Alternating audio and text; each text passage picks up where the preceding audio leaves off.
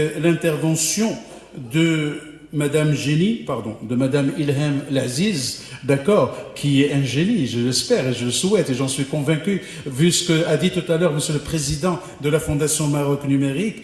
Madame Laziz Ilham est directrice du programme Génie au ministère de l'Éducation nationale. Elle est non moins docteur de l'Université de Montpellier, ingénieure de l'École centrale de Paris.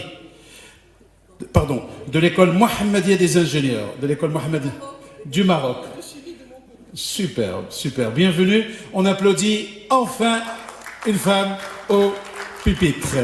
بسم الله الرحمن الرحيم. اولا اود الشكر لمؤسسه المغرب الرقمي ولجامعه حسن الاول لهذه المناظره اللي احنا تجمعنا اليوم، وبعد اذنكم غادي نقدم لكم العرض ديالي باللغه الفرنسيه باش يمكن نتقاسموه مع الزوار ديالنا. شكرا. Donc tout d'abord, avant de vous parler du programme Génie, j'aimerais mettre le programme en situation. Quel est le lien entre l'aménagement numérique au service du développement territorial et le programme Génie? Comme il a été rappelé ce matin, l'offre de services numériques aux citoyens, qu'ils soient administratifs, économiques ou commerciaux, suppose un développement des usages. Et monsieur le représentant du conseil régional de la région Chaouia-Ordera l'a rappelé. Il a dit qu'un certain nombre de services existaient, mais que les citoyens n'en avaient pas forcément l'usage, parce que cet usage, il faut le développer et il faut le généraliser et aussi le rendre simple aux citoyens. Quel pourrait être le rôle de l'école pour y contribuer? Nous accueillons 7 millions d'élèves, et ces 7 millions d'élèves, lorsque ils deviendront des citoyens demain, nous avons l'obligation, à travers l'école, d'en faire des usagers du numérique.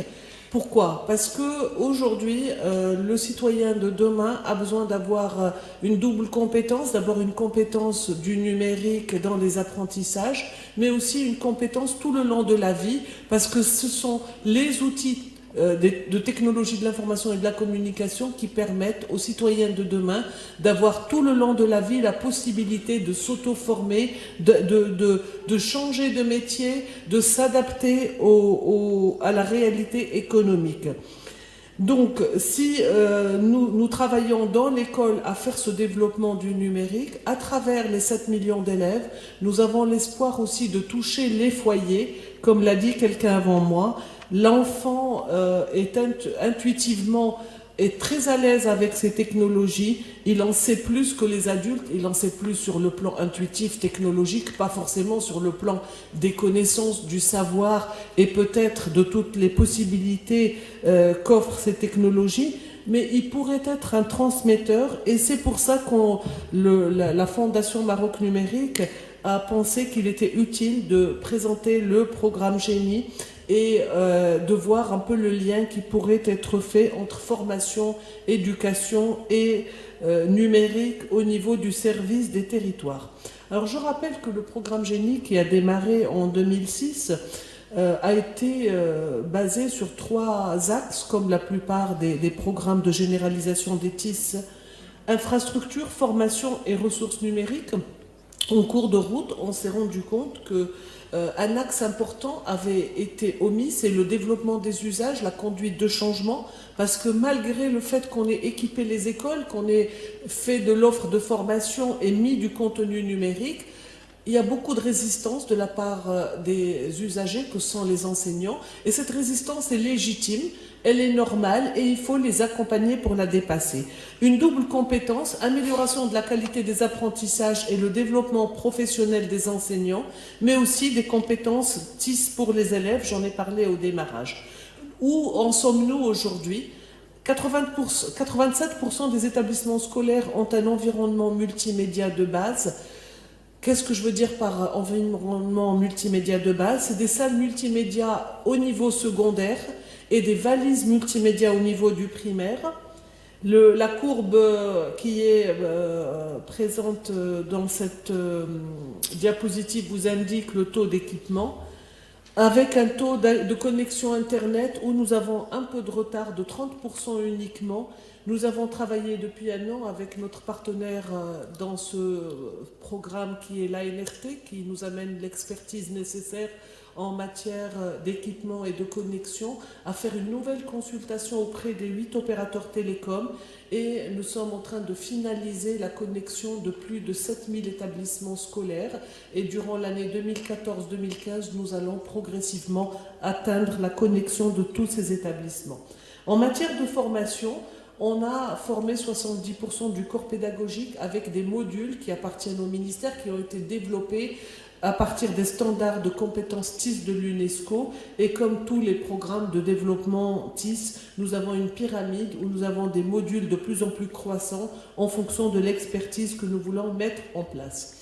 En matière de ressources numériques, je voudrais rappeler qu'en matière de contenu national en langue arabe, nous sommes un peu comme tous les autres pays. Je rappelle que 3% de contenu à l'échelle internationale se trouve en langue arabe, donc c'est assez faible, et le ministère de l'Éducation nationale depuis 2009 a travaillé à faire du développement de contenu numérique conforme au programme scolaire en langue arabe, et nous avons à peu près 90% de ces programmes qui sont numérisés et qui sont mis à la disposition des enseignants à travers notre portail, mais aussi physiquement dans toutes les salles multimédia et les valises multimédia.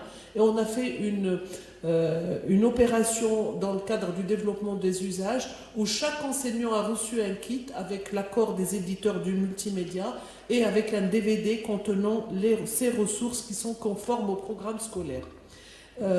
Cette diapositive montre le retour d'une étude d'évaluation interne qui a été menée dans le cadre de 300 écoles à peu près, donc 10% des établissements équipés en salles multimédia, et qui a été menée par des inspecteurs en association avec des chefs d'établissement et des enseignants. Et on les avons interrogés sur 2 thématiques essentielles. Quel est l'apport pédagogique des outils TIS, à la fois équipement et ressources numériques, et quel est l'apport aussi selon les enseignants et les inspecteurs. Et comme vous pouvez le constater, que au niveau des enseignants, et à hauteur de 85 jusqu'à pratiquement 100% de réponses positives concernant la motivation des apprenants. Et ça, c'est pas quelque chose de difficile. On arrive à motiver les élèves quand on leur présente des vidéos, quand on leur présente des ressources numériques, parce que c'est des choses qui leur parlent. La contribution à l'amélioration et au renouvellement de la pratique enseignante a aussi reçu des scores positifs, ainsi qu'à l'efficacité comme outil didactique. Les réponses des inspecteurs se situent entre plus de 55% à 95% et vont dans le même sens. En matière de développement des usages, c'est l'axe qui est le plus important, parce que nous sommes conscients au ministère que malgré cet effort considérable qui a été fait par l'État marocain pour équiper, connecter, mettre de la formation et du contenu, nous n'avons pas une véritable transformation dans nos écoles. Nous assistons encore à des écoles où 10, 15, 20% maximum des enseignants sont des usagers. Notre objectif dans les 10 prochaines années, c'est de développer cet usage et d'amener petit à petit tous les enseignants à introduire les TIS. Et quand je dis introduire, c'est pas passer du tableau noir au tableau blanc, c'est introduire une vidéo qui va durer 5 minutes. C'est améliorer les apprentissages, c'est permettre à l'élève de pouvoir se mettre en 3D à travers une image, à travers lui donner ses compétences. Et donc ça, c'est vraiment le gros challenge du programme Génie, c'est d'arriver à faire ce développement des usages. Et donc, comme je l'ai dit, une place importante a été mise en place. Quelles sont nos prévisions à court terme? D'abord, comme je l'ai dit tout à l'heure, connecter 7800 établissements pour être à 100% dans les prochaines années. C'est mettre une deuxième valise multimédia dans chaque école primaire, parce qu'une seule n'est pas suffisante, et compléter l'équipement en salle multimédia. Ces 4 dernières années, grâce au plan d'urgence, plusieurs établissements secondaires ont été créés, notamment des lycées et des collèges, et nous avons l'obligation de poursuivre cet équipement. En matière de formation, nous avons entamé un programme de certification des enseignants, le IT Academy. Nous travaillons sur une certification dans un premier temps informatique, mais nous travaillons aussi sur un programme qui s'appelle Teaching with Technology, qui est une formation, certification aux outils TIS.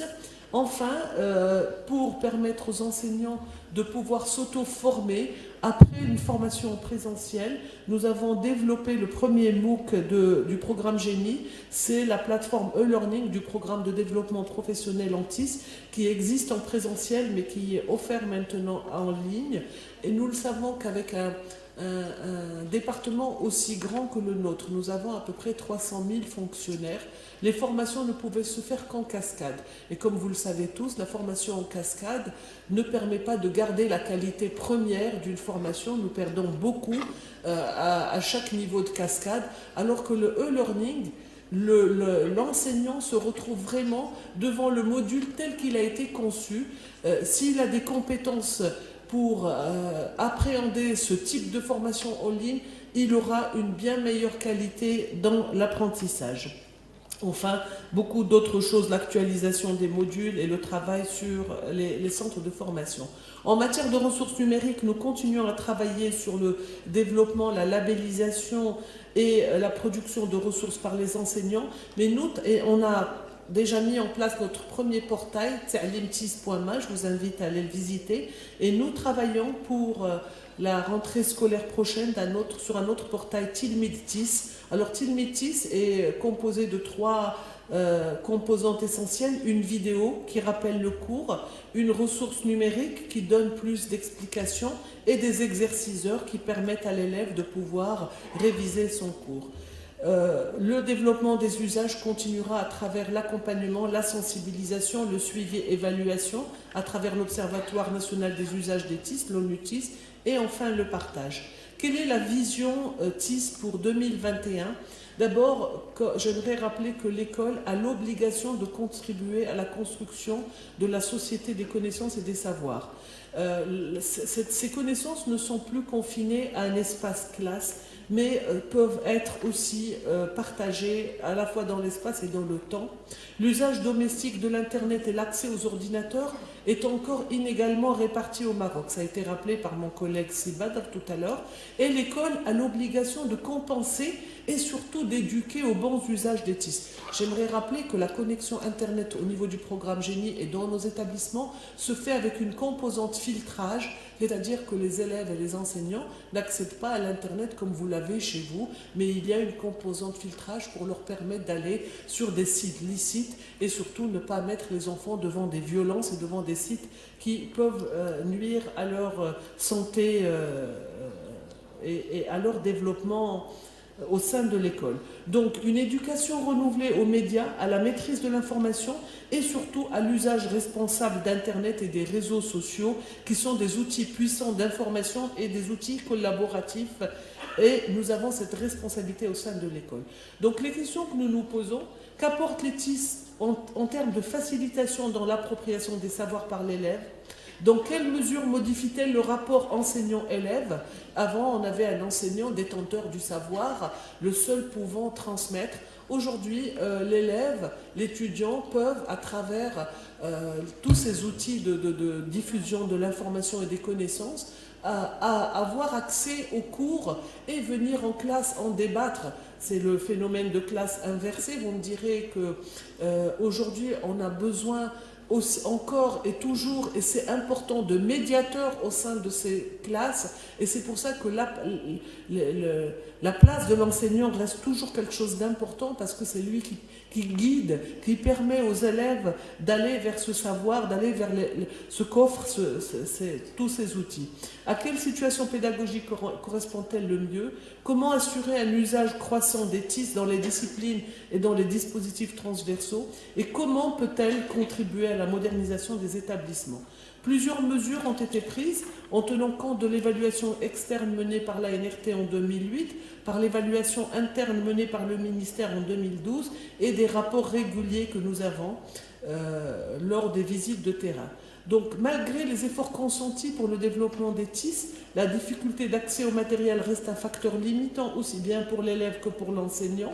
Au niveau du primaire, je l'ai dit, une deuxième valise multimédia, mais nous avons des connexions Internet qu'il va falloir améliorer. Nous travaillons aujourd'hui sur du 512K garanti. Ça peut vous paraître faible devant ce que fait la Corée du Sud qui est déjà à entre 10 à 100 mégas. Mais rappelons-nous qu'on est en Afrique, qu'on est, comme l'a dit M. Proja tout à l'heure, l'ANRT avec les opérateurs télécoms travaille à l'amélioration de cette offre Internet. Mais nous travaillons avec ce que nous avons et nous espérons améliorer la connexion des établissements scolaires pour passer à du haut débit et espérer avoir du 10 mégabits dans les établissements scolaires à l'horizon 2021. Sans rentrer dans les détails, je pourrais partager avec vous cette présentation à travers la Fondation, mais ce qui est important de se dire par rapport à l'équipement, quelle est la place des outils technologiques ?